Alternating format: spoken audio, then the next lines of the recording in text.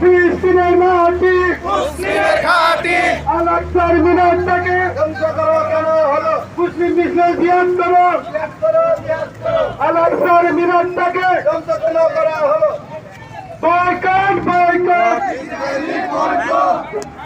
সম্মানিত মুসলিম জনতা, আমরা এখন ঘুরে আবার অলিপুর সিটি মার্কেট দিকে যাবো। নারায়ণ তাকবীর।